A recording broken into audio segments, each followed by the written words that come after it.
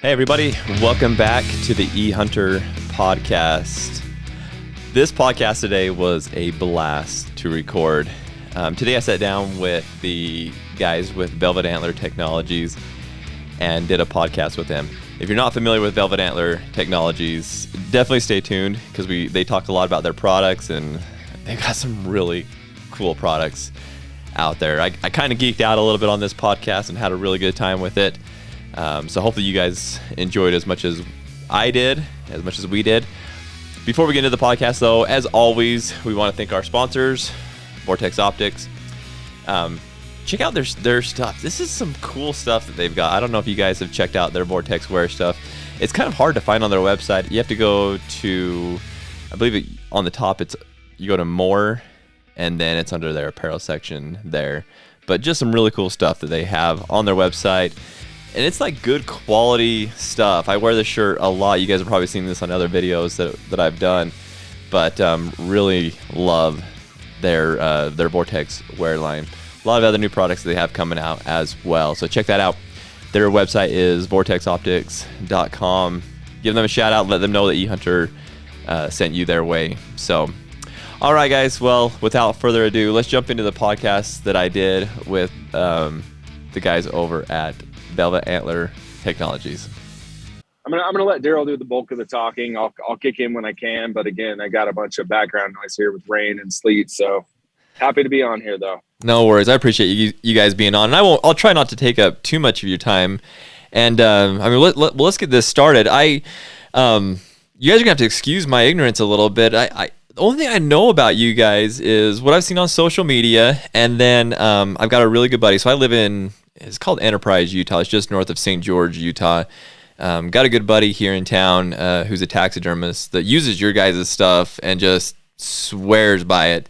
And so I know very little. So you guys are going to have to excuse my ignorance today as we talk through you guys and what you do and just everything Velvet Antler Technology. So before we jump into that, though, would you guys mind taking a couple minutes here and telling everybody who you are? Sure. So my name is Darrell Gogurt. I actually invented the Velvelock years and years ago, probably 16 years ago or so now. And in 2011, I was really, really looking hard at pushing how I can expand and get this thing on the market. And I met AJ. Is really weird. People say the Lord works in mysterious ways, right? Yeah. I had sold a set of deer antlers on eBay, a big set, 200 and something inches, and AJ bought it. I lived in the Boise area. He lived in Salt Lake, and we ended up starting to talk back and forth. Actually, what happened, the guy that bid on it never paid for it. So AJ was the second guy in line that lost out the bid, like in the last bit of seconds. So I called him and said, hey, this guy never paid for this stuff, and do you want it? And kind of the relationship blossomed, and I told him about this product I made. Velvelock was the first thing I ever made. I never even had a name for it. AJ and I came up with it on our own together. I lived in the deserts of Nevada, 100 miles from any taxidermist. Mm-hmm. So I archery hunted since I was a kid, and I've always hated losing my velvet. Yeah. Some of the deer probably I never would have taken to a taxidermist, right? I mean, there's sometimes and this is where things were started, I guess. I didn't want it.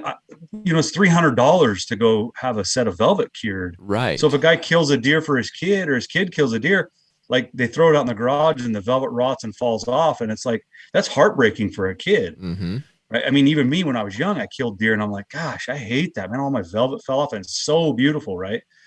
So I just started creating things and trying to figure out how I can save my velvet to keep it on my own. Right. Yeah. So then I had came up with this mixture, and AJ and I got together and we kind of kept adding to the line after that. And we got some advice from some other people. Hey, you should do this, and hey, you should do that. So we started creating new products as we went. But so how did bringing AJ on in 2011? He's just a great business partner. And I always tell people I created it and I surrounded myself with smart people like AJ to help me promote it. Right. Because that's his wheelhouse. So that's how you grow a business, right? Anyway, that's a little bit about me, and we'll talk more about the products as we go along and kind of how they came about. And who we can give credit to for throwing ideas in our heads, but that's kind of I've always been an archery hunter. I'm PSC archery staff member, passion of mine.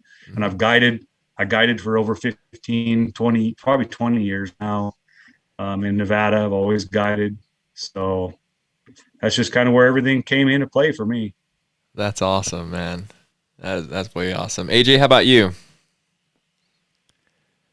Yeah, happy to be here. So as Darrell mentioned, it's kind of funny. I've always had a passion for mule deer. I think there's a lot of us guys out there that love giant mule deer, love mule deer in the snow, love chasing them, love seeing them, anything in between. And so, yeah, Darrell's absolutely right. I was actually in graduate school. I was pursuing an MBA at the University of Colorado at the time. And I just so happened to hop on eBay, and there was a giant set of typical mule deer antlers on there, unlike anything that I had ever seen before. And I bid on them. I lost. I was devastated. And out of nowhere, Darrell picks up the phone and calls me and said, or actually he sent me a message and said, "Hey, what's your phone number?" Messaged him back and said, "Here's my number." Got a call. I was actually sitting in my studio in graduate school and got a call from Darrell Gogurt. No idea who this guy was. And he explains, "Hey, I'm the guy that had those antlers listed for a buddy." Oh yeah. I was thrilled to hear from him. He said, "The guy that actually won the bid never paid for them. So do you want them?" And I said, "Absolutely." It was, again, giant set of typical grade A antlers. I've been collecting antlers for years and years, since my grandpa gave me a set of 247 that he shot in Colorado. And it's just kind of steamrolled from there. Again, it's a passion. And Darrell reached out to me, and it was kind of funny. I remember vividly, I was sitting at a studio, one of my graduate degrees, and I was sitting there working on a project, and Darrell called, and it was him and I, and we just started talking, and he said, "Hey, what are you going to school for?" And I said, "Hey, I'm pursuing an MBA in business and finance, and I have all these passions and whatnot." And he said, "I got this crazy dumb idea. Are you interested?" I said, "Well, tell me about it." So he started telling me about the project, the project he was working on and the product. And again, I had been archery hunting since I was about 14 years old. Shot my first deer my first year with an old school Hoyt bow, carbon. It was like one of the first carbon arrows that came out. It wasn't a pretty sight, guys, I'll tell you that much. But ended up punching a tag on a deer, and I fell in love at that moment. And so when he started telling me, I knew the challenges and the struggles that came along with velvet, right? Mm-hmm. Velvets and everything in between of how do we preserve come August, September in the desert, the high deserts of Utah and Arizona, Nevada, so on and so forth. And so, it was kind of funny. He told me about the product, and I said, "Yeah, that's pretty cool, man. I'd love to be a part of this. Let's see what happens." And, kind of just friendly banter back and forth. Never met the guy, didn't know him from Adam and Eve, and, just kind of like, let's see what happens. And it's kind of funny how things happen. Darrell and I kept in contact for, to date, it's been since 2011. So let's call it, 10, 11 years. And, we started off with an idea, had no name, had no bottle, had no, really any type of ingredient written down. It was kind of Darrell's brainchild, and we just blossomed from there. So fast forward to, we'll call it 2022 now. And, we're a full-fledged business. We're incorporated. We've got 6 different products plus a bunch of other stuff in the works. And, we're booming going forward. So we're excited to be here. Oh man, I appreciate you both being here. And it is funny. The Lord works in mysterious ways. E-Hunter's the same way. There's 4 of us that actually are part owners in this company. And we all 4 at one point lived in, well, actually when we all got together, lived in 4 different states. Now Seth and I live both here in Utah. But yeah, it's funny how the Lord works and how he puts people together to make something beautiful. And from what I'm hearing, like I said, I haven't used your guys' product yet. Hopefully this year. I'm hoping I get a nice mule deer this year with my bow here in Utah. I definitely should get the tag at least. So I'm excited to use your guys' stuff and see how it works. Are you doing any bear hunting or any spring turkey? Well, so I'm hoping that Curtis is a part owner in E-Hunter as well. I'm hoping we can go up to Idaho and do some spring bear hunting. Definitely doing spring turkey for sure here in Utah. So that's where we'll talk about some more about the products, but we have our hide lock product, which is really great for spring bear because bear hides lose hair like crazy. Yeah. So it'll keep the hide from rotting. And then we got a guy that's really been playing with, and he's been utilizing our hide lock as well for turkey fans. So he pins them out, spread out, and sprays them with the hide lock, and it keeps the bugs away. And then you never have to clean borax or anything off of those feathers or nothing, because it'll set it and harden it as a spread fan after the fact. Wow, that's ingenious. So, yeah, see, I didn't even, so let's jump into it, because I want to know more about, like, I try to do my own research, but I'm kind of an idiot when it comes to social media and things like that. So trying to figure, I hopped on your guys' website to learn some of the stuff that you guys have and the different products. And you guys have a great, website and a lot of great information on there. But I definitely learned a lot more talking to people face to face. And so let's jump into it with your guys' products. So the hide lock is, like you said, it's good for sorry, I have so many things going through my head right now. Do taxidermists use that for other hides, like deer hides and stuff like that as well? They are starting to. So I just launched this thing. So it's kind of funny. Let me back up just a little bit. Okay. I've been talking with Doyle Moss for a while. Yeah. After we launched this thing, right? Moss Back Outfitters. He's a great guy. I can't say enough good about Doyle. But he says, hey, your Valvelock product works really well. He said, but man, what we even have more trouble with is hides in the hot weather, right? Yeah. We backpack our clients in. We get these hides back in places. He said, we can't pack salt.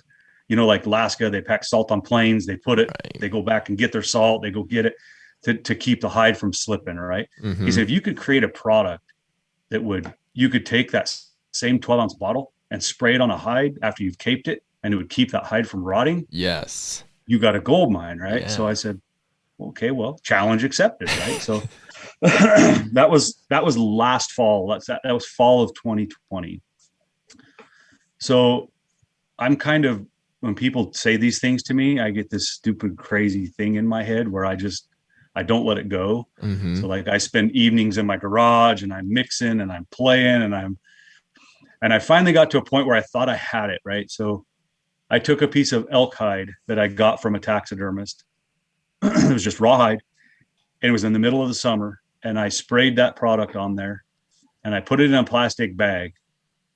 And I set it out on my pickup tailgate for 7 days in the sun at 105 degrees in the summertime, right? In a plastic bag. Bad news, right? Yeah. I'll say it's going to rot so fast. So after 7 days, I took it out of so I'm trying to emulate what people do in the real world, right? Yeah. And they don't do it on purpose. It's an accidental thing, right? So you throw in a plastic bag because you don't want it on your food that's in your ice chest, right? But then after a 7-day hunt, you go, oh man, all our ice is melted and our ice chest full of water. So I took that same piece of hide and I threw it in a 5-gallon bucket of water in the heat, in the sun for another 7 days. After that 7 days, I took that piece of hide out and I laid it on the table in my garage and let it completely dry. And I took it to the taxidermist and I said, tan this hide for me, because he tans his own hides here. Mm-hmm. And we didn't lose a stitch of hair out of that thing after 14 days of total abuse. Wow. So at that point, we knew we had the formula right. Right. Okay. So now you got to get the manufacturer to emulate exactly what you've done in large form, right? Because they have to make it for you. So now we had to send that same formula to the manufacturer, say, hey, make this for me. We want to test it. He made it for me. I went to Maryland to hunt deer this year, and I hunted September 10th and 11th. I killed 2 deer, really nice bucks, both of them. I took those capes after I caped them all out. I rolled them. I sprayed them all with hide lock. I didn't flesh them. I took the giant pieces of meat off, right? Right. But I did what a normal person would do that a taxidermist is going to do more of, right? You take off the big pieces, obviously, that's is going to cause a problem. Right. Anything else, the thin pieces of meat, the thin pieces of fat, any of that other type of stuff, the cartilage in the ears, I left it all in. I sprayed the hide lock on that whole hide on the inside, and then on the face area, I sprayed the side of the face, inside of the face, in the ears, in the nose, in any place that could be a wet membrane type of material, right? Then I did again what people in the industry are going to do. I folded the ears inside. I rolled the nose up first and rolled the ears inside of the hide. I put it in plastic bags. I did both of these hides at the same time. Put them inside plastic bags. I put them in an ice chest in the back of my truck with no ice in it, just an ice chest, just to keep it in there. Because that's what hunters are going to do. 95 degrees, 95% humidity for 10 days while I traveled from Maryland, North Carolina, South Carolina, Georgia. I stopped to hunt for a few days, Mississippi, Arkansas. When I got to Arkansas after 10 days, I shipped it to my taxidermist, took it right out of that raw ice chest, put it in boxes, shipped it to my taxidermist. He tanned those hides and said those are some of the best whitetail hides he's ever seen. Wow. Thin-haired, beautiful. They didn't even lose an eyelash out of the eyelashes with this material. So just that's the extent of kind of some of our testing and our trying to be bulletproof with our products when we make them. We test them, we push the limits, we make sure these things are going to work. There's always going to be human error, right? Right. I mean, right. It's inevitable. It's in all of us. I don't care. Nobody's perfect. I've messed things up. Everybody messes things up, and it's going to happen. We're here for the people. I have people that will call me at 10 o'clock at night from Pennsylvania and say, hey man, I got this problem. This is what's going on. I sprayed the Velvet on. It's not doing what I think it needs to do. What can I do? We walk them through it. We have yet to find any time that we haven't been able to fix or save whatever somebody has going on and help them through the process. So this is mind-blowing to me because I've been when you say human error, that's just the epitome of me when it comes to different situations with like deer hides, elk hides, things like that. I mean, I guess my question, like, how did you make this? You don't have to tell me your secrets of what's in it and how you've, make all your money, but like, how did this all come together? What made you decide, okay, I need to put this with this and it's going to help keep that hair? I mean, that is just a weird concept to me. I'll just put it in simple terms. I was born Native American. I went back to some of our Native American heritage. I asked lots of questions and figured out what we can use in modern times that they would use way back when to create. They fixed and held stuff that we don't even understand how they did, right? So it's an ancestral thing that I just, and I have a ton of help from my business partners. I say, hey guys, what do you think about this?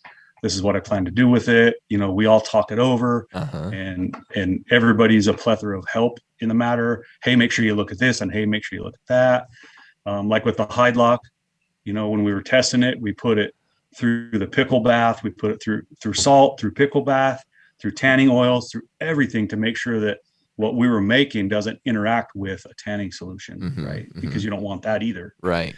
So it's a lot of communication and it's a lot of work to play with those every night in and out it's months and months of just trying different things and knowing kind of what, like I said, the ancestral background used to use that we can now use in modern times and get in bulk situations if we need it.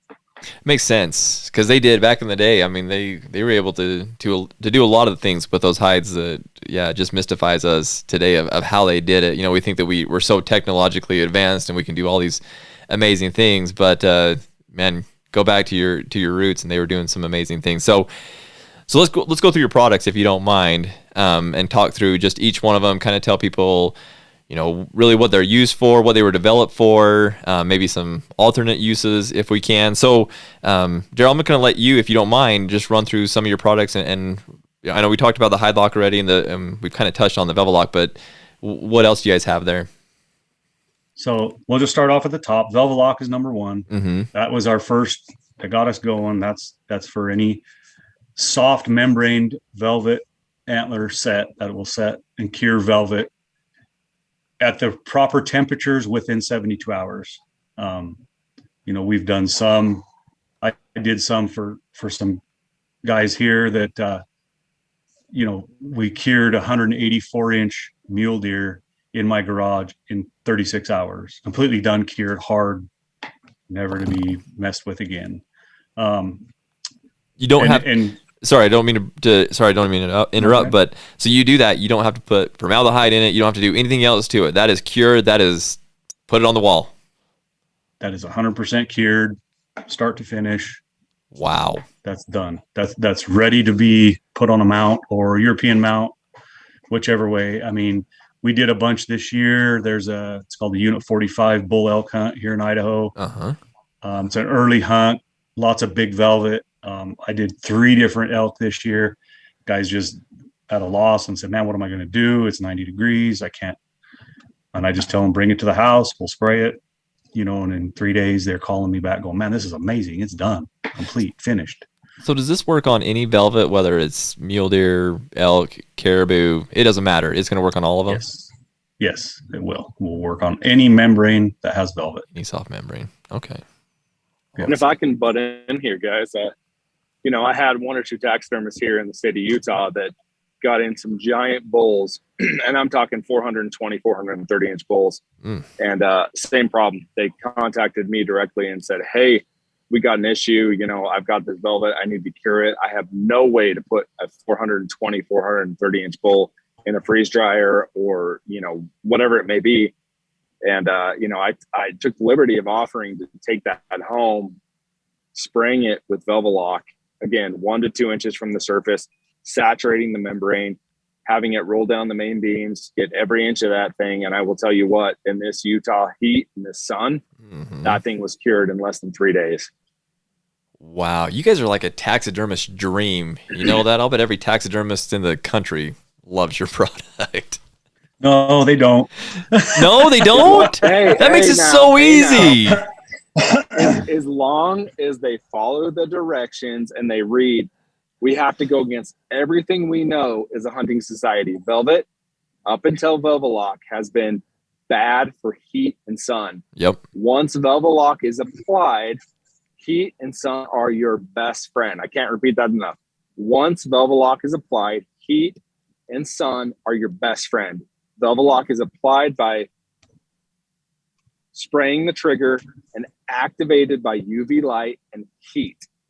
And that's one thing that a lot of people struggle with is they don't want to put their velvet buck or bull of a lifetime in the sun. And I will repeat, once applied, that is your best friend.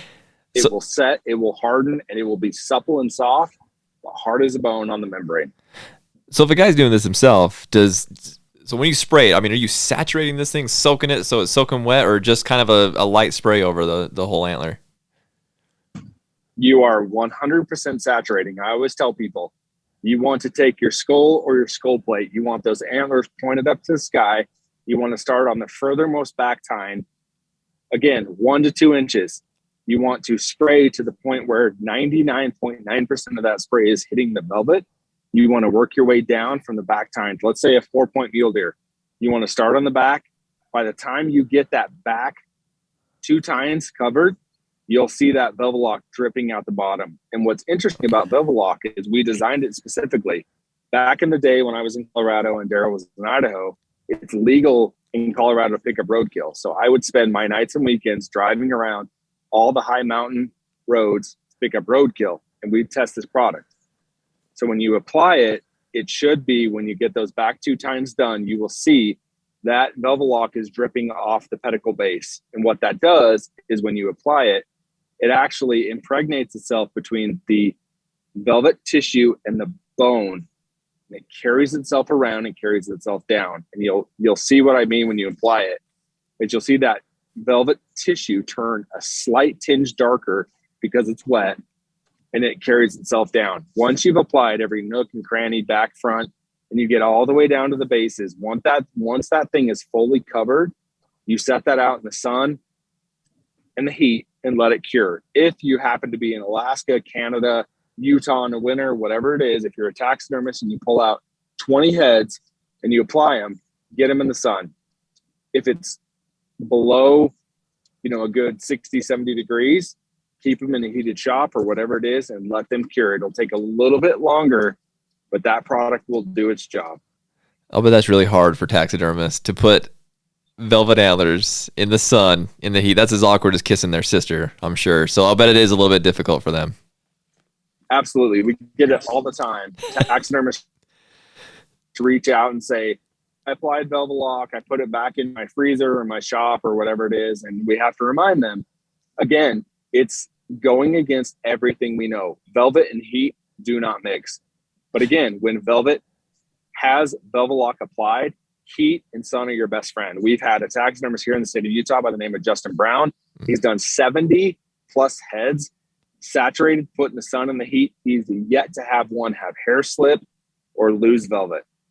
Wow. But going back to Darrell's point, where you guys originated this from, this is ancestral stuff here. They didn't have a freezer to go put their stuff in. So their stuff works. And I'm sure they made it work using heat and light. So that makes it makes perfect sense. But I'm sure that it is hard for a lot of people to change the ways that we've been doing things for the last 100 years. So.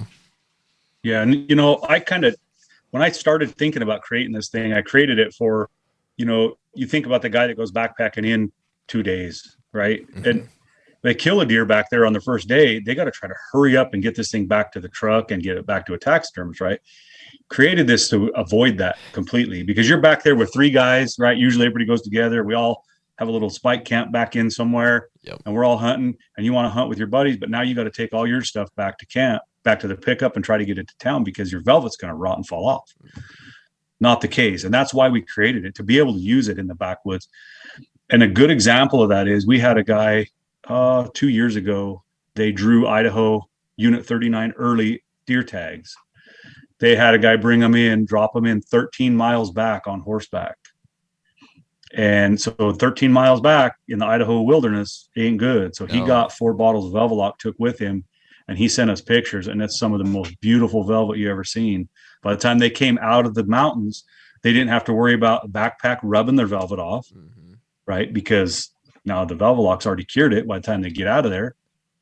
And they killed their deer early, but they're still back in there for 13 days or 12 days waiting. You cannot cure that velvet any other way. You're going to let it sit there and rot because the horses aren't coming back for you for days. Right. So you're in trouble. That's kind of my favorite thing about this is, as I've thought about this product is, if you're out there with a big group and you shoot your deer or your elk or whatever on the first, elk rarely have velvet, but you shoot your deer on the first day, and usually you got to hump it out of camp. You got to get to your taxidermist. They got to be working on that velvet ASAP. And so that's what I thought when I first thought about this product. That's exactly what I thought about, Darrell, was, wow, I could spray this on. It's going to do its work while I'm helping my other buddies hunt. And it's locked on. It's good. It's cured. It's great by the time I hike out of there, even if it's 7 days, 7, 12, 14 days later.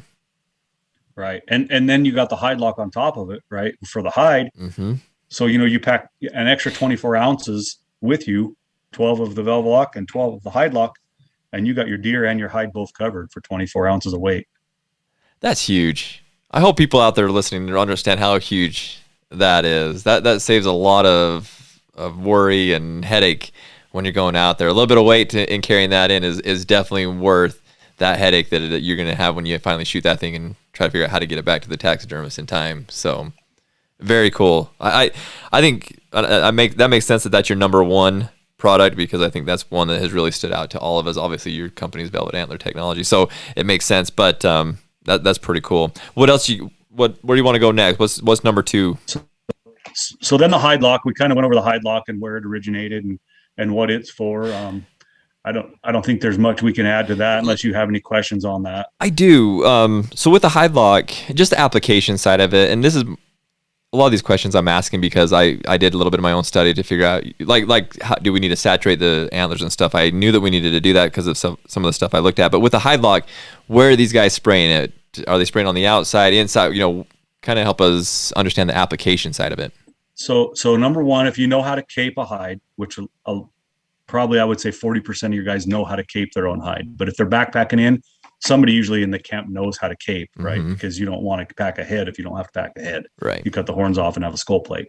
But let's say you don't know how to cape one off. This is still going to help you because you can take from the neck bone that you cut the head off back to the shoulder, the breastplate, right? You've taken that piece of hide because you know you're going to have a shoulder mount, and you saturate that as best you can, roll it up next to the neck, and then spray the outside of any of the wet membranes, the eyes, the ears, the nose, inside the lips, and any of those ear areas. Ears are real bad because of the cartilage. Yeah. Nose and mouth, obviously, are real bad because they're a wet substance. If you can spray that on there, you're going to buy yourself a lot of extra time in being able to get that to the taxidermist before it starts to rot and the hair falls out. Okay. And your ears and eyes, eyelids, eyelashes are one of your worst spots you can lose hair. Well, that's all surprised when you said that even the eyelashes, you said that on your other one, that even the eyelashes didn't come out. So that's good to know that helps even with those hairs as well. Right. You know, because people don't understand when a taxidermist has to go do stuff and try to fix that kind of stuff, you can't replace eyelashes. Right. And eyelashes are important to a mount. You know, if a guy looks at a mount close and a good mount has really pretty eyelashes, you know, that's part of the mount. So exactly. That was really the only other question I had on the Highlock, is just so that people understood how to apply it. And that's really what I want people to understand, is when they do buy these products, because I'm sure there's a lot of guys like myself that are backpacking in will want to use these products. And so just so they understand the application side of it. So, right. Okay, let's move on to your next one. So then the other one that's I would go to next would be our Velvet Clean product. Okay. So I have a deer. I'll just show it to you real quick. I'll show you another one. Sweet. So that 3-point, that velvet is over 16 years old. Uh-huh. But what had happened after about 12 years, I noticed little tiny runners of hair missing on the velvet.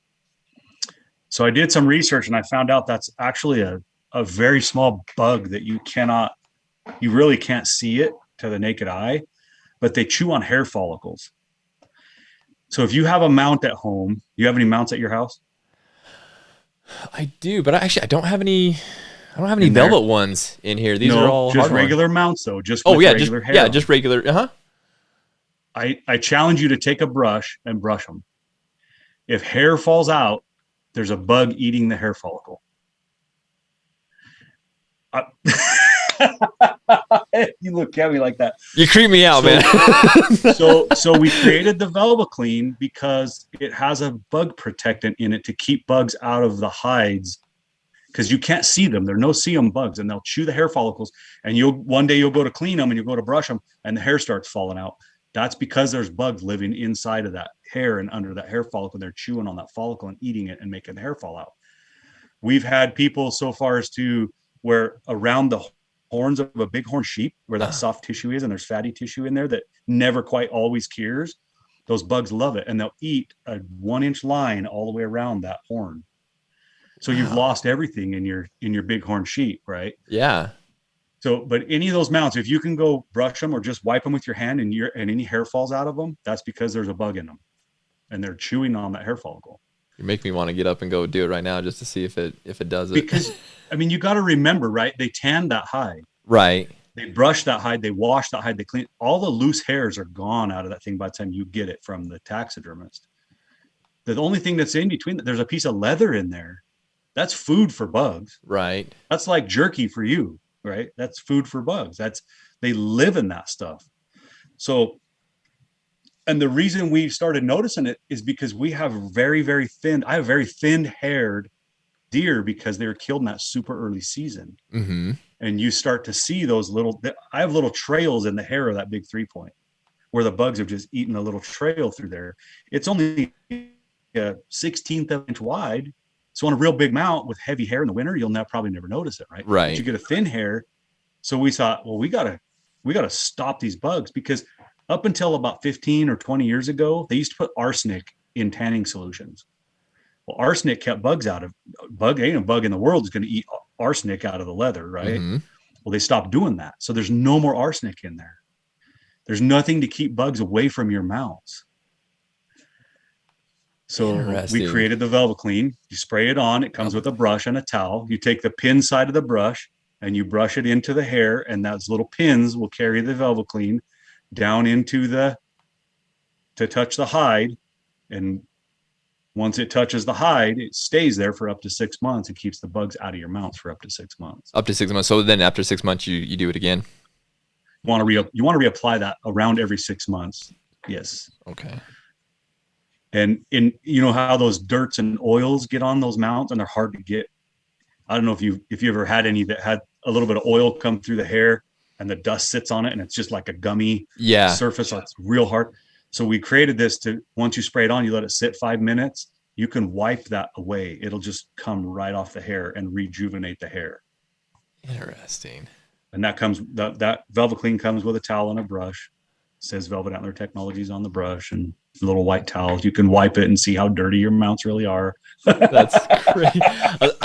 Yeah, I almost don't want to do this. In fact, I've got one of my grandpas that he shot back in, I don't know, early 60s. Had it mounted back then. It's been hanging on walls ever since that day. I can only imagine what would get off that thing. You'll get a lot of dirt off of it, but there again, you won't get the bug problem. That's true. Because it had arsenic in that tanning solution back then. So, and actually, Zach Bohe with Western Hunter Magazine, he just did a gear review. It'll be coming out this January on our Velvet Clean product. He used it, put it through the paces, and it's coming out in this month's issue. So awesome. Very cool. Yeah.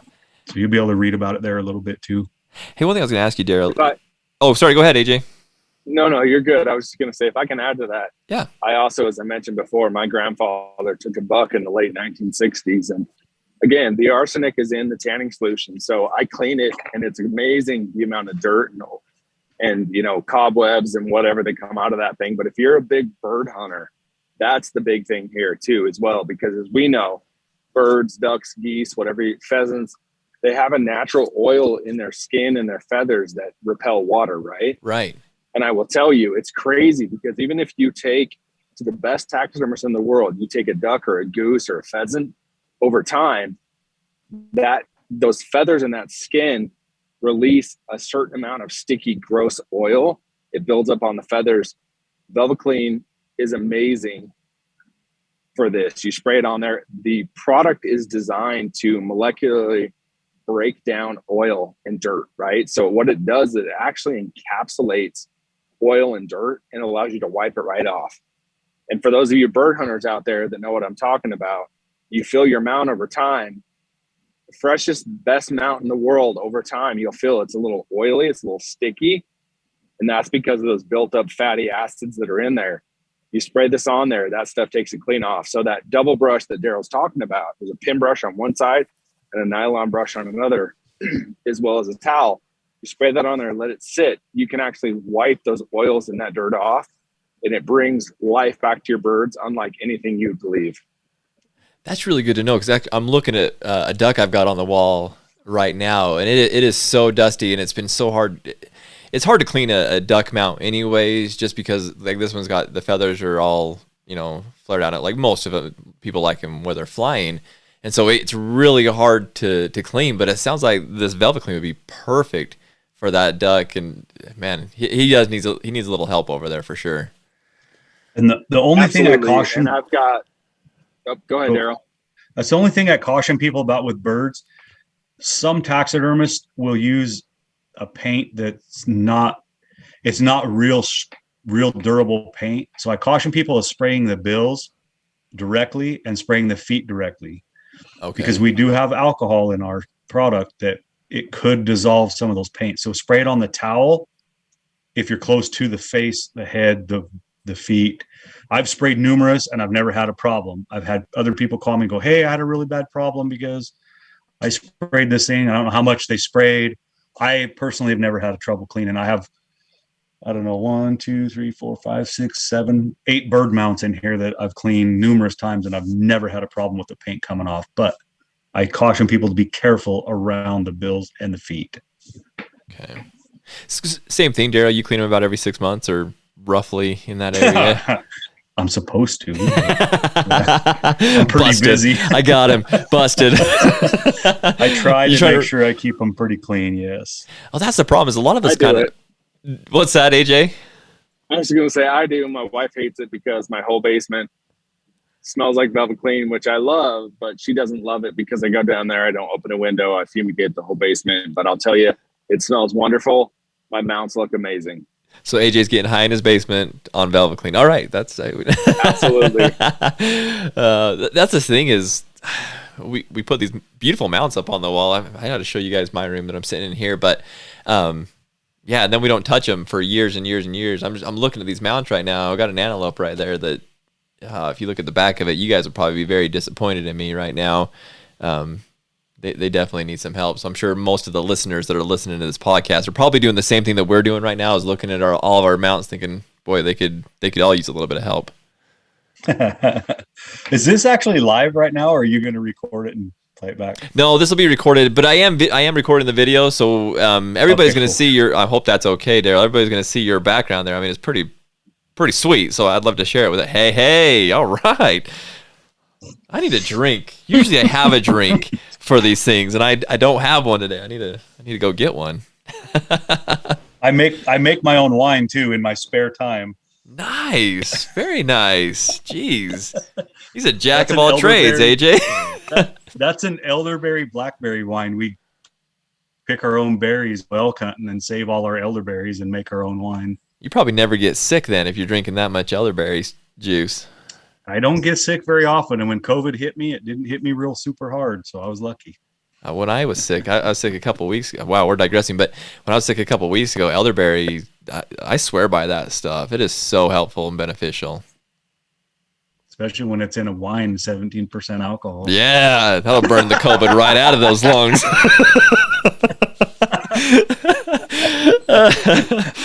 Oh, that's awesome.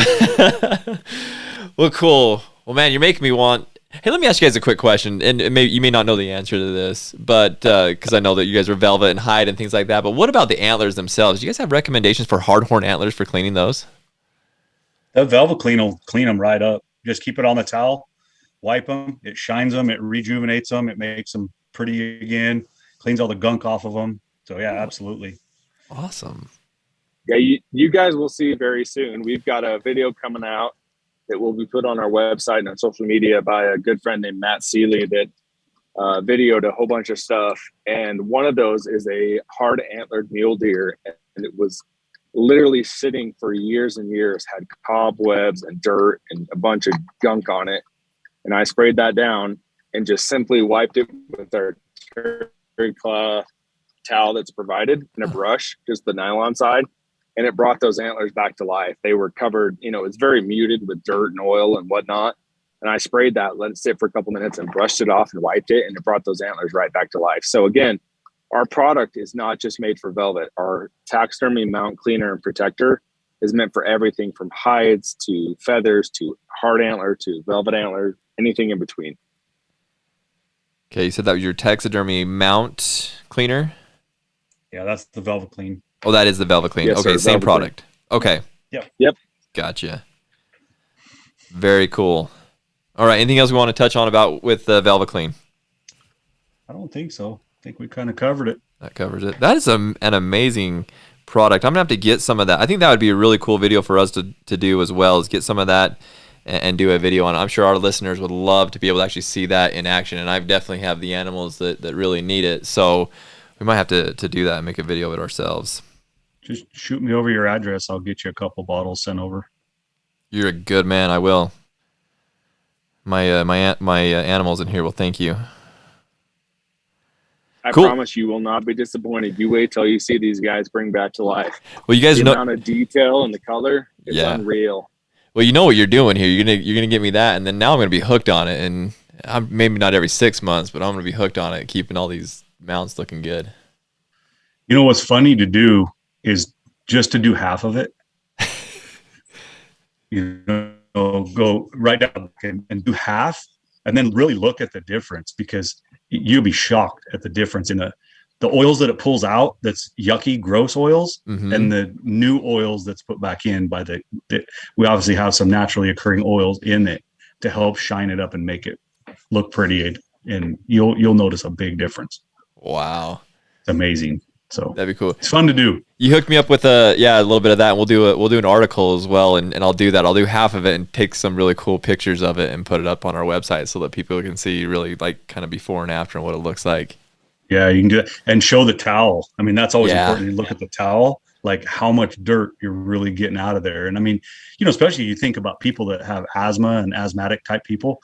There's so much dust and dander that's in those types of animals that if you take care of it and clean it and keep it clean, it just helps your all over health anyway. That's amazing. So amazing.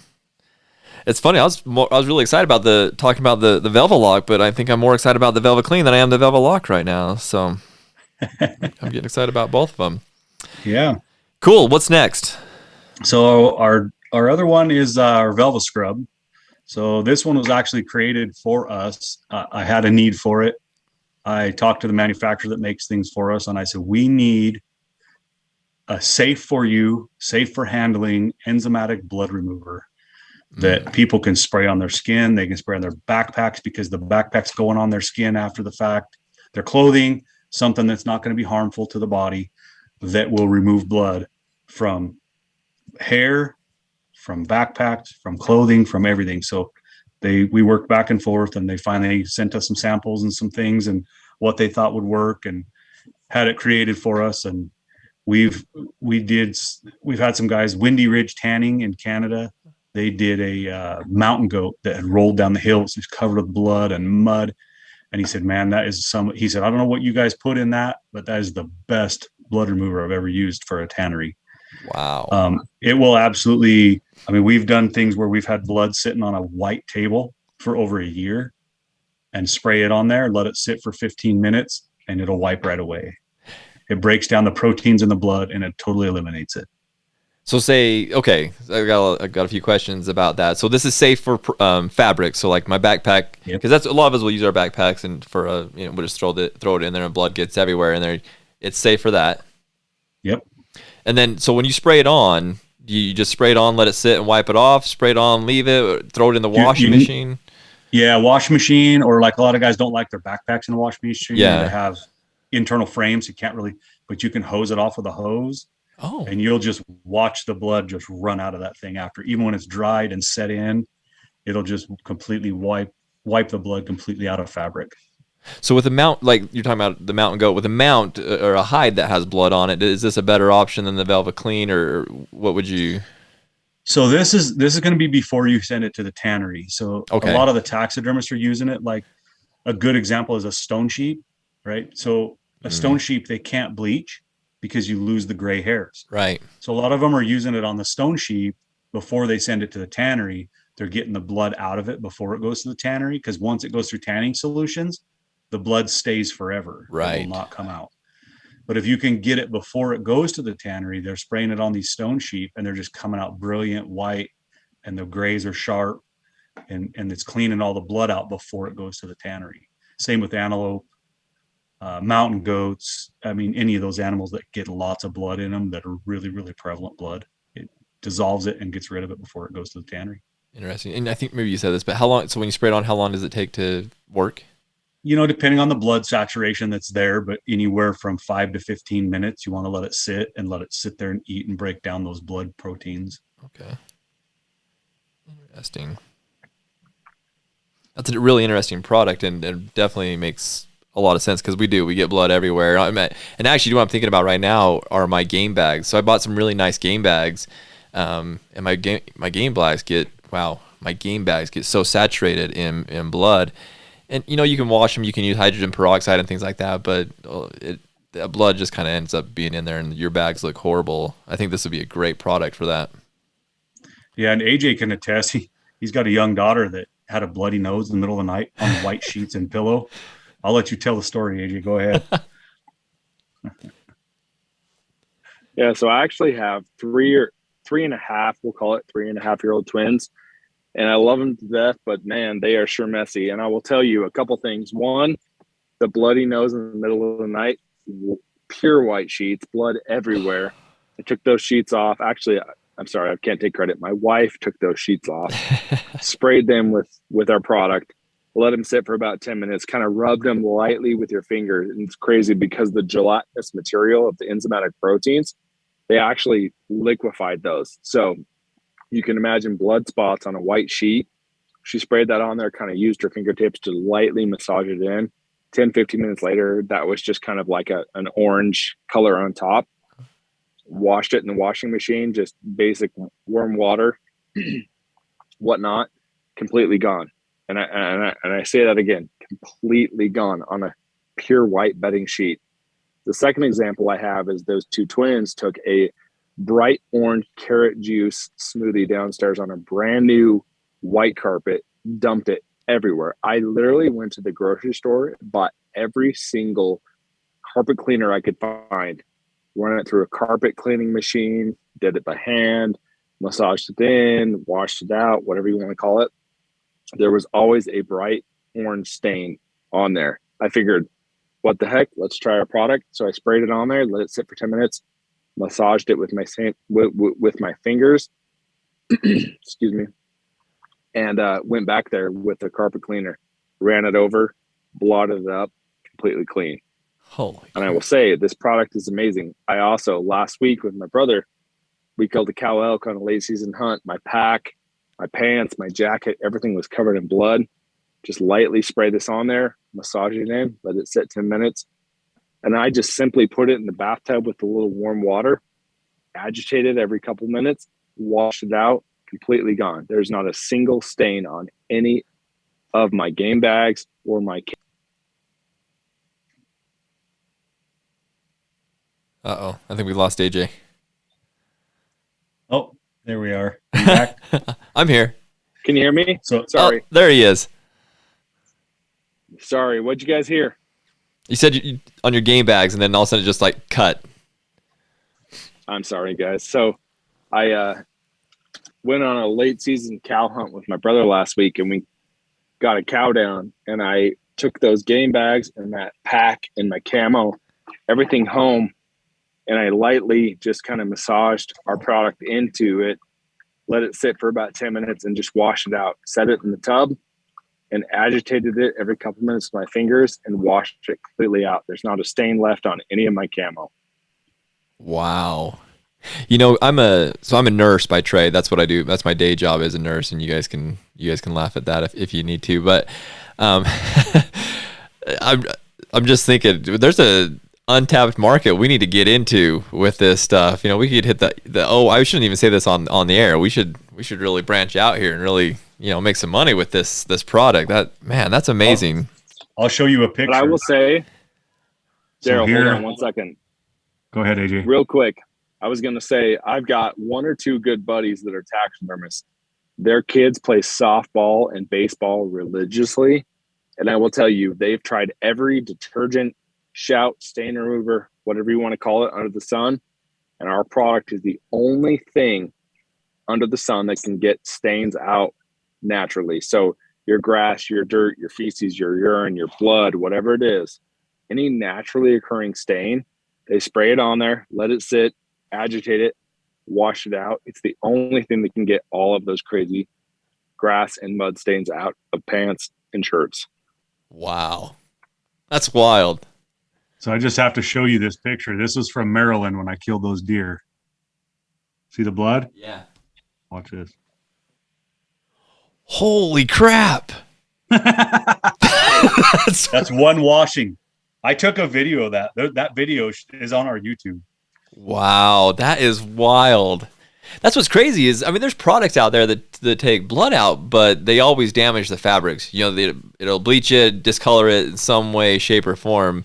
I mean, that was proof in the pudding right there. It was the same exact color. So, wow, that's impressive. Yeah. And that's one of those pair of expensive Wranglers with the Cordura on the front, the extra 2-layer that you don't want to ruin. Yeah. And I get them covered with blood, and every time I do, I just spray them and put them in the wash, and off they go.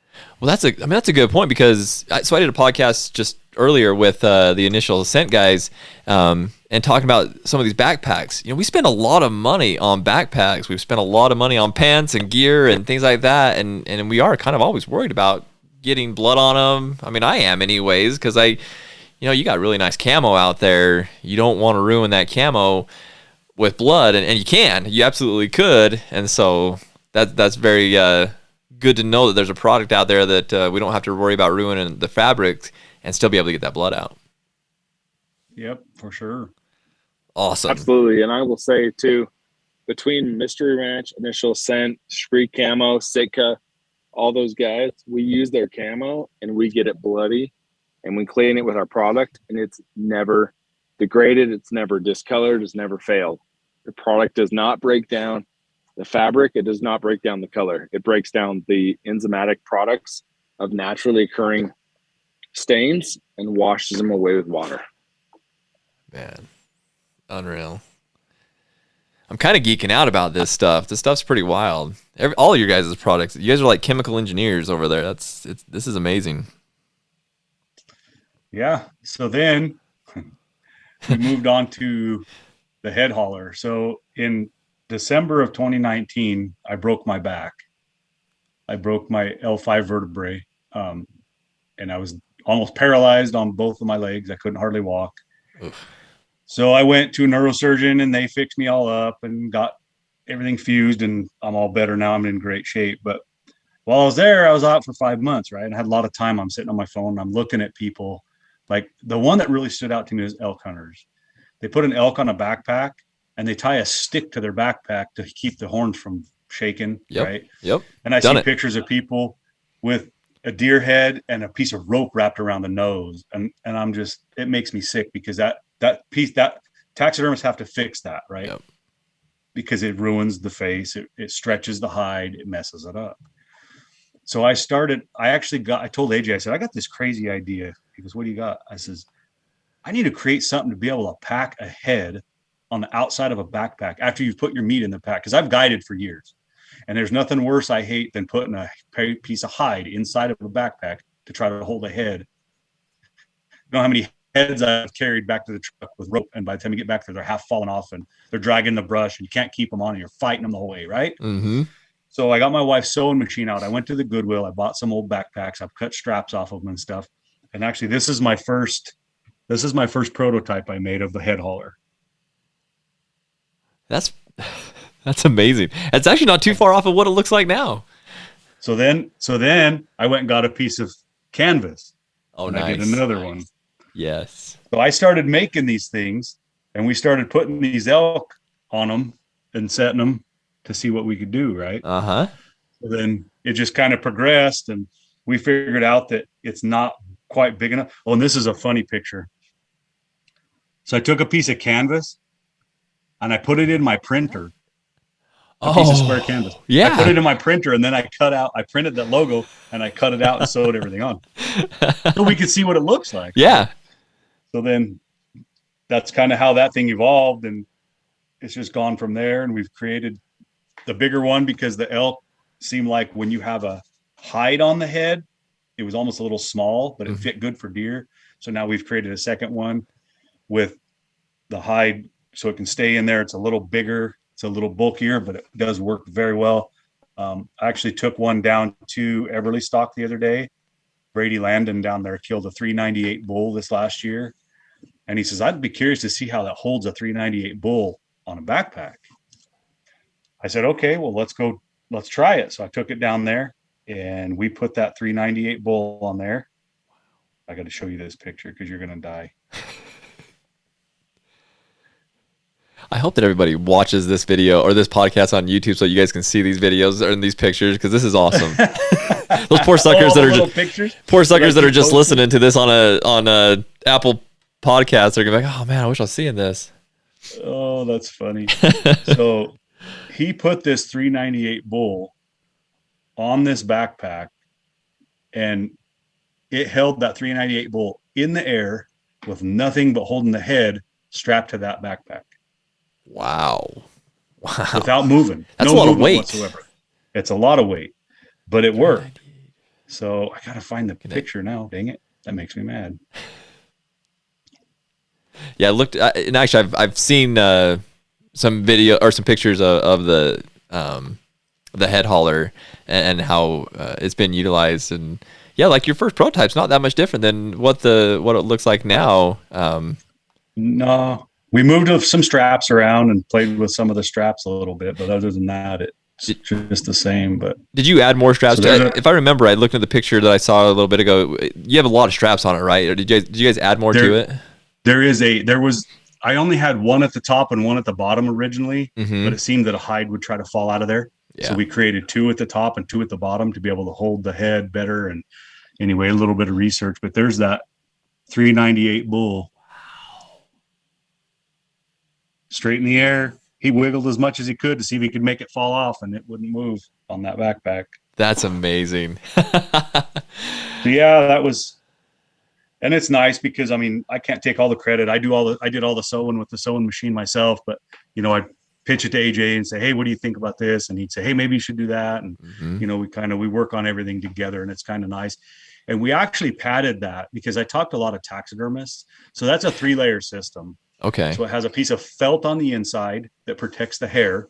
then it's got a piece of foam padding in the middle, and then it's got the piece of canvas on the outside. And those straps on that head hauler run all the way through one side to the other. So you're never pulling on the fabric. You're pulling strap to strap, just like you would a set of ropes. You can put that on a backpack in less than 2 minutes. Wow. And that'll go on pretty much every backpack, really. I mean, it's just got, you just carabiners, right? And hook it on? Yeah. Yep. You just clip it wherever you can find a buckle. Just clip it on and you cinch it down and off we go. And it is really, really, we haven't had lots of people using it just yet, but I think once people understand what it really does, they're going to be really, really shocked at what it really does, because it is a lifesaver. I was going to say, go ahead, AJ. I guided 3 hunts in Nevada this year. I guided 3 hunts, and all 3 of the guys I guided them together, and they all bought the head hauler because of that right there. Wow. We packed out meat. They put their meat in their packs where it's safe, and they put their head and their skull on the outside and their hide, and off we went. And, especially for velvet, because you can't tie velvet antlers down, right? So you put this on the skull and you never have to touch the velvet. You're not going to wear the velvet down. It holds that skull on your pack without harming the velvet. What does that thing weigh? 11 ounces. Oh, okay. With the carabiners. So not much at all. Not bad at all. Yeah, that's a lifesaver, because I'm sure a lot of people are listening to this and have had that where you're trying to secure your animal, your head, your hide, whatever, to your backpack, and we all do it. Like you were saying, the rope across the face, across the bridge of the nose on a deer or an elk, and we all kind of resort to that because we don't really have another option. You just want to secure it down any way that you possibly can. I'm sure it pisses every taxidermist off when they see those pictures, or when they come into the taxidermy office and they're like that. So this is, again, another taxidermist dream product. Right. And that's what we did talk to a lot of taxidermists. Is what's the worst thing people do to a deer head when they bring in a full head? And 9 out of 10 of them will tell you they tied a rope around the muzzle. Mm-hmm. Because I've done stretches the hide, it rubs the hair off. And this being padded the way it's built, it doesn't ever bother the hide nor the hair. Wow. If I can add to that, it's not just for velvet heads, right? It's for bear, it's for doe, it's for cow. Anything you can put in there, this head hauler can strap down nice and tight. You can pack it out. It could be a hide, it could be a bear, it could be whatever it is. You can strap it right down to a pack, a mule, a horse, side by side, a 4-wheeler, whatever it is. This is designed to be used interchangeably with whatever you are taking in the backcountry. That's a good point. Bear would be a great one for it, where you kind of roll up the hide and then be able to wrap that around the head of the bear and then tie it to your backpack. That'd be perfect for that. Yeah. For sure. Like I said, we did a cow hunt last week. Same thing. We took the head, rolled up the hide from the brisket up, put it in the head hauler, packed it out a couple miles. There was no slip. There was no fall. There was no nothing. It was just secure, tight. You didn't even feel it on your back. Man, you guys are good people to be friends with. It sounds like you guys do a lot of hunting. You guys are killers. Obviously, Darrell's a killer. Look at his background right now. It sounds like you guys do a lot of hunting. A little bit. AJ's got all these stories. Hey, I was hunting last week, or I was hunting last night, and out in our VAT trailer, there's 2 more big velvet deer. Nice. We hunt a lot. I will say that we hunt a lot. Hey, that's why we do this, right? I mean, this provides us an in, I guess you'd say, to the hunting industry, and allows us to do what we love, which is hunting. Right. I think that's it for products for you guys, right? That's the only ones that I had looked at. Is that it for what you guys have? Yep. So for now, tell me a little bit about, you guys are going to be at the Western Hunting and Conservation Expo next month, correct? Yes. Tell me a little bit about what you guys are going to have set up there, what people are going to be able to see. I'm sure most people are listening to this podcast are going to be like, okay, I want to go and see what they have, what products they have. Also, just kind of see examples as well. I'm sure that you guys will have some mounts and stuff that they can look at. Yeah, we will. We have a real big bull elk that got killed early season in Utah. That was a roadkill bull. We cured all the velvet on that and recreated it on a smaller skull. We kind of skinnied it up, but you get a good example of what the velvet looks like. We'll have one of my deer that's available there to see that's over 15 years old. 2 others that are over 10 years old that have all been cured the same way. So, because that's one big question. People are like, well, how do I know this is going to last forever? Right. Right. And this is the only way they can know is to put their hands on it and feel it and see it and understand that it really does work that long. It's a longevity thing for us. We just got done building actually two display pieces that are L-shaped and another centerpiece, and we'll have all that stuff there, product displayed. We'll have t-shirts, hats, stickers, free candy for the kiddos, things like that. So come out and see us. We're going to be actually, if there's anybody in California area listening, we will be at the Sacramento show in 2 weeks. Oh, yes. Mid-January, we'll be at the Sacramento Sportsman's Show there. Then right after the Western Hunting Expo, we will be in Portland for their Pacific Northwest show in Portland. Nice. So, a lot of opportunities to come visit us this year. A lot of opportunities to come and ask questions too. I mean, I'm sure we probably just got the tip of the iceberg on our podcast today. I'm sure a lot of people have a lot of questions about their specific mounts, specific animals. You guys are both going to be at those shows that people can come and ask questions. You guys have other employees that are going to be there to answer questions. What's that going to look like? It'll be just us. Just you two, huh? We're it. Wow. Is it just you two, or do you guys have, I mean, what is your guys' setup? If you don't mind me asking, what's the setup look like there? So it's just AJ does 99% of the marketing and advertising and that kind of thing. And I'm here in Idaho. I have a 30-year-old son that works with me, 32. He works with me here, and he does the shipping, the bottling, the labeling. We do all of that right here. We order it in bulk, and we put all our own stickers on bottles every day, and we ship stuff out right here from my house every day. So everything gets done here right now. And then we do have two other business partners. They're kind of silent business partners in it, but they're a very big influence in the industry. We kind of try to don't mix business with business, so we keep them at bay as much as possible. But AJ and I are essentially the face of the business, and that's the way we want to portray ourselves, as him and I. I was the original creator. Like I said, I brought AJ in, and I like to think of him as the original creator as well, right along with me, because he's been with me every step of the way since I mentioned it to him years and years ago. And he's just a great help, and we're both looking forward to a long future with this industry. Well, I think it's there. I think you guys are going to have it. You guys have some amazing products. And I'm sure this is just the beginning. I'm sure more stuff will come out. We have different technological advances that happen, and so there'll be new products, new opportunities for you guys. Kudos to you. It's one thing I love about our industry. We kind of talked about it, with how God works in mysterious ways and brings people together for these things. But the hunting industry is very unique in that a lot of these companies are just a couple guys that are, putting in the blood, sweat, and tears and making this work because they care about our passion. They care about the people that care about the same things they do. And so you guys seem just like that. You care about the hunters. You want them to have a good experience. So you're creating a product that allows us to have a better experience. And I know, look at the hide lock, the Velvet lock, those are definitely going to make my hunting experiences better.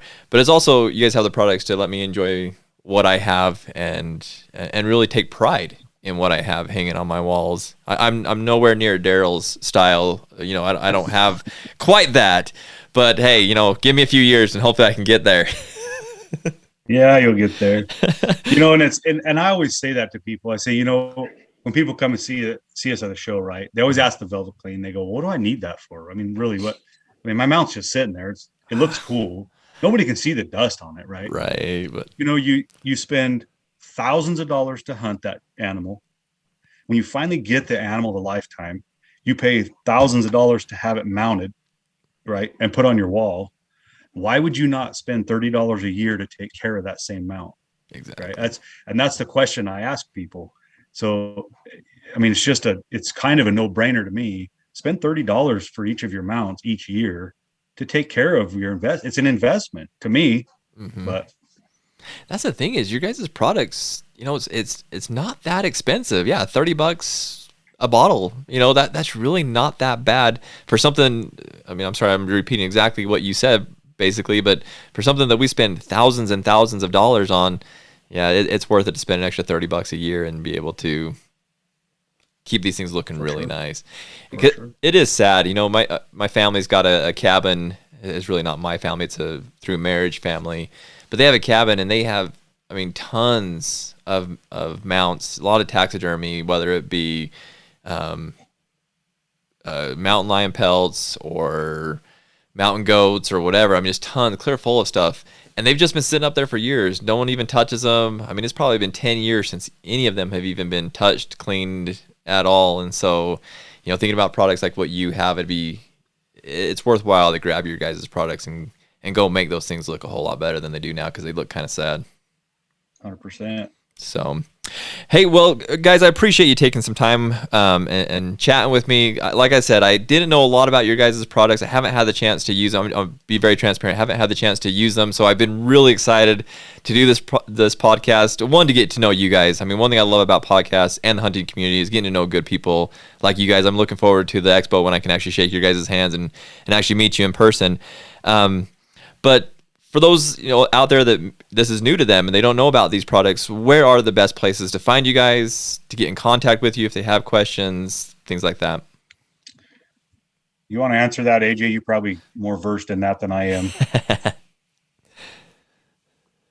See there. So you can find us at www.velvetantlertechnologies.com, as well as on Instagram at Velvet Antler Technologies. Excuse me, and YouTube at Velvet Antler Technologies. Okay. Definitely follow their Instagram page, by the way. They post some pretty dang cool stuff. It's one of my favorite accounts to follow because they share some cool stuff. They post their own stuff. It's a fun account to follow just with the stuff. Is that you, AJ, that's posting all that?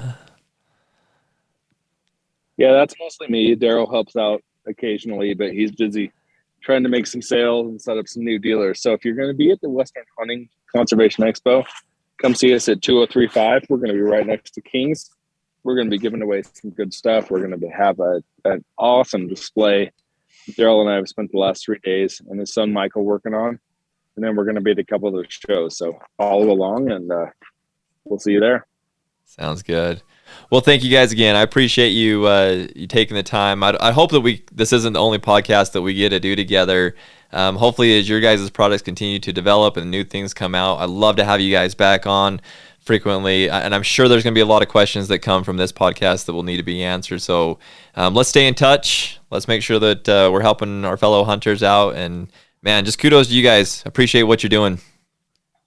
Yeah, I wouldn't mind even doing one, even if it was a little short podcast for video. Like if you want to clean your mounts after you get your stuff, we could do a little walkthrough together and, maybe an instructional type video so people can see, so I can tell you if you're doing something wrong, right? Say, hey, stop, wait a minute, do this first before you do that, right? So people understand how we're using the products. And that would be great if you ever want to do that. Once I send you some stuff, if you want to do that, I'd be definitely interested in doing that with you in an evening.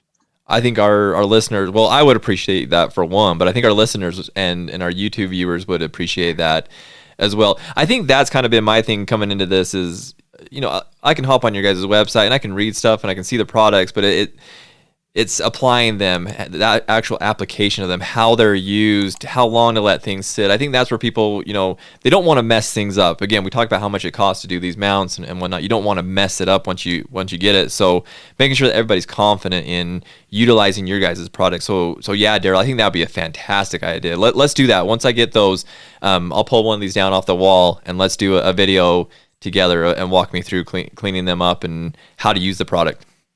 That'll work. Yeah. So email me over your shipping address. Okay. And I'll get you some products sent over and we'll get her going. Okay. Sounds good. Well, guys, I'll let you back to your night. I appreciate, again, you guys taking the time. I'm sure I'll talk to you between now and the expo, but if I don't, I look forward to seeing you guys there. And like I said, actually shaking your hand. I'm excited to shake hands again. I'm so sick of COVID and not even being able to shake people's hands. I'm not that kind of a person. Yeah, me too. Cool. Well, I'll let you guys back. AJ, I'll let you keep driving, and let's talk soon, okay? All right. Thank you so much. All right. Thanks, guys. See ya. See you soon. Bye. Bye.